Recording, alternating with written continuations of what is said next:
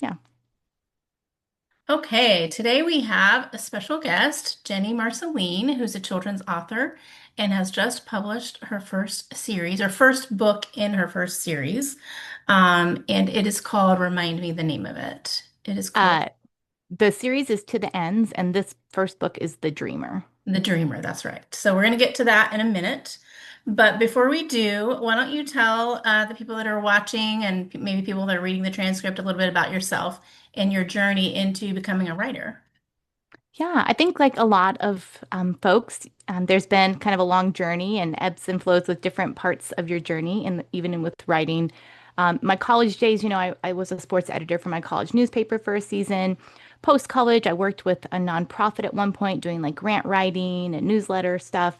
I've always really loved magazine feature writing, so I kind of did that on and off. And when I moved overseas to do some relief and development work, I was kind of also working on prayer guides for people and done that type of stuff. So over the years, I've kind of ebbed and flowed to a lot of different stuff to even kind of working with the publisher to do Sunday school curriculum. But in the last 5 years, I stepped into kind of for the first time, done a lot of nonfiction article writing as well and devotional writing. But in these last 4 years, I've really focused in on children's fiction. And so that's been a fun journey, primarily just because I saw a gap. That I think was lacking of Christian children's chapter books. There was just a lack of those. There weren't as many as there were Christian middle grade or even higher up levels. And so that was sort of what launched me into that, feeling like I wanted to step in and fill that gap. And so, kind of pulling from all these different types of writing over the years, it kind of served as a good foundation for stepping into writing for kids. Cool. Tell everybody a little bit about your process as to you sit down, you know you kind of want to write this series. Are you one of those people that writes an hour a day? Do you kind of map it out? Are you an outliner? What's your process like? Yeah, I think for me, I sort of have a work week, Monday through Thursday, sort of my hard work week that I do.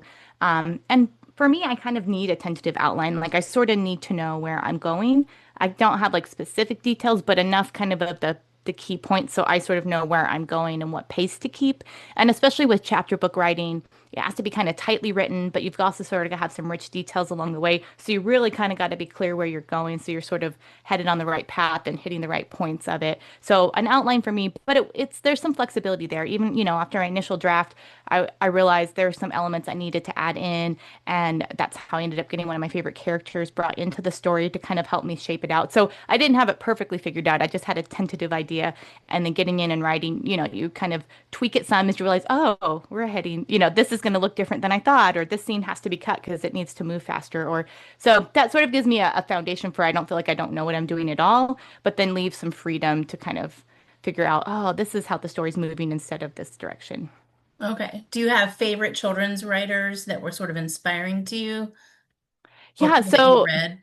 yeah, well, basically, like I said, the what kind of launched me into wanting to write children's fiction was my son is now in sixth grade, but when he was back in first grade, we were reading an obscene amount of chapter books, and I'm sure a lot of parents can relate. And so I felt like I was reading every single chapter book series, the Ballpark series, all these others, but the famous Magic Treehouse series was sort of what I used as one of my basis. It's just I sat down with that first book and I sat down with my concept and I said, how are they moving? How are they starting? How are they ending? Like I was just looking at it from a manuscript, like how she shaped it. And that was really like just sort of a textbook for me of not reading it as just with my kid, and I would look at some of these others and say, how do they describe certain things? What language do they use? How do they do this? How do those, and so I looked at all these chapter books that we had been reading and just pulled them out and was like, what is the story? Like, how do they do this? What is the technique? Side of this, like behind it, the technical side of it. And so that really just those chapter books, basically just pulling out a couple of those, but especially just that first book in the Magic Tree House as I was working on this first book, but also looked ahead to think, okay, how do people move this forward if it's a series as well? So I was very much looking at a lot of those chapter books that I had been reading through with my kids to try to figure out what does it look like to write a chapter book that will serve families well. Okay. Yeah. Okay, so that's a little bit about your process, a little bit about your journey as a writer. Tell me about how you decided to go publishing wise. There's so many different options Mm. for writers today. What made you decide? Did you do self-publishing or did you decide to go traditional? Traditional, yes. Okay, and how did that work for you? Tell us about that journey. Yeah. Yes, like a lot of people might have experienced as well. It is a longer journey sometimes. And so, like I said, it was a few years from the concept to actually landing a contract. And so I think that journey was bumpy because there's always, as you know, when you're stepping into a new genre, like I said, I'd done a lot of nonfiction in the past, but kids fiction was new for me. There's a lot of learning new things, right? Like there's always learning curves. And then also learning how to create that book proposal for a fiction book is different than you might think about for like a nonfiction book, although there's huge overlap, of course. And so I think that process was hard because you could get an opportunity to pitch to a publisher and they could be interested, but you get more no's than you do yeses usually. And so I think part of that process is just kind of looking at like if they gave you feedback, is that worthwhile to pause and tweak anything, or is that not going to change anything in the process? And so I think that constant just being open to like what is feedback I should receive to tweak a manuscript based upon what a publisher might have shared. And not all will give feedback. And which ones do you have to say, well, that's not really the vision and have to kind of put aside. And so that process is interesting. But I think just pressing into that and having to continue to think what would be the best version of this manuscript and how does, feedback from these publishers help me refine the story a bit more. And that was helpful. It was hard. You feel like you're revising and thinking about like, does this align with my vision for the series? And if so, how do I make this so that it's stronger? And so I think that process is a lot. It was a lot of years of waiting for answers and then getting no's or getting we're interested but resubmit with this way or and that was hard. That's a hard place to be in that journey. Getting an agent is a hard thing too. By God's grace, that wasn't harder step than it could have been by God's grace. But even having an agent, never guarantees that anything's going to go. So I think just the whole process of having an agent who is with you and expects that there's going to be no's, but is helping you try to look for where it is the right home and where the yeses could come from was helpful to have on my side in that process. And so waiting on God's timing for it to be the right publisher and along the way, getting feedback from different publishers also began to, and listening to how other friends, whether if they had chosen self-publishing versus traditional, getting feedback on what it's like to work with a publisher and what that looks like. I began to kind of see that I would probably do best with a smaller independent publisher than I would have a medium-sized one. Not that that wouldn't have been wonderful, and I would have been happy with whatever partner the Lord brought along, but I began to realize like just my personality and how things work. For this first type of book, I think I'm really grateful that I ended up with Calla Press Publishing because they've been a great partner. I can ask questions directly to them. I'm not going through six other people to get a question answered. I got to have a huge part in choosing my cover. I even got to choose exactly what illustrations I wanted to be illustrated and how many, like just to be really a part of it, but then to know the publisher is coming in with their expertise, it was a real joy and gave me a different side of it. So that journey was long, but there's a sweet culmination in being able to come alongside this small independent publisher who has experience that I don't have to help bring it into the world and wants me to be excited about it, but they also want to make sure, that it fits and suits well those families that you're trying to serve together. There's a lot of sweetness in just seeing that come together, I think. And so I'm grateful for the chance to do this traditional publishing route. But I really am so grateful for the publisher I landed with because they've been a joy to work with. And I feel like, again, I've just had more easy access to ask questions and to be a part of some of this process. Not that others don't bring them along in. They all just, if you're bigger, it's harder to have. There's just more people involved and you can't do that. That's just unrealistic. But it's been a great joy to me to be a little bit more a part of that process. That's awesome. And tell me about your journey to finding an agent. Was that fraught with lots of kind of ups and downs, or was it pretty easy? How did that go? Yeah, definitely. I wouldn't say easy. I think, it's just like the same journey, finding my, step one, if you're trying to do the traditional route is I had opportunities to kind of pitch without an agent initially, but that's a tricky place to be when you're new and don't really quite know. Even though I might have had some opportunities, I realized quickly that I probably needed an agent to help me navigate that. And so looking for an agent is so hard because, it's hard.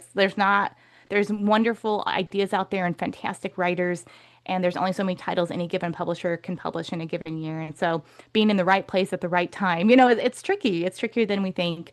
And so I think, I did reach out and got a lot of rejections, but I think ultimately my path came through just networking opportunities of having, worked with someone who already knew what I had done in the past, and loved my story concept and sort of was with me from when early stages and tracking with that. That's who ended up representing my project. And so for me, it was a real joy because it was just someone who knew my work and was tracking with me and really believed in the concept. And I think with agents, it's so important that they believe in your concept, and really love it, because if they love it, then they're going to want to push it even more. Like they're going to help you champion it. And that's definitely what my agent was for me through those ups and downs. She was like, no, this is still a good concept. This is good. Like, let's keep going.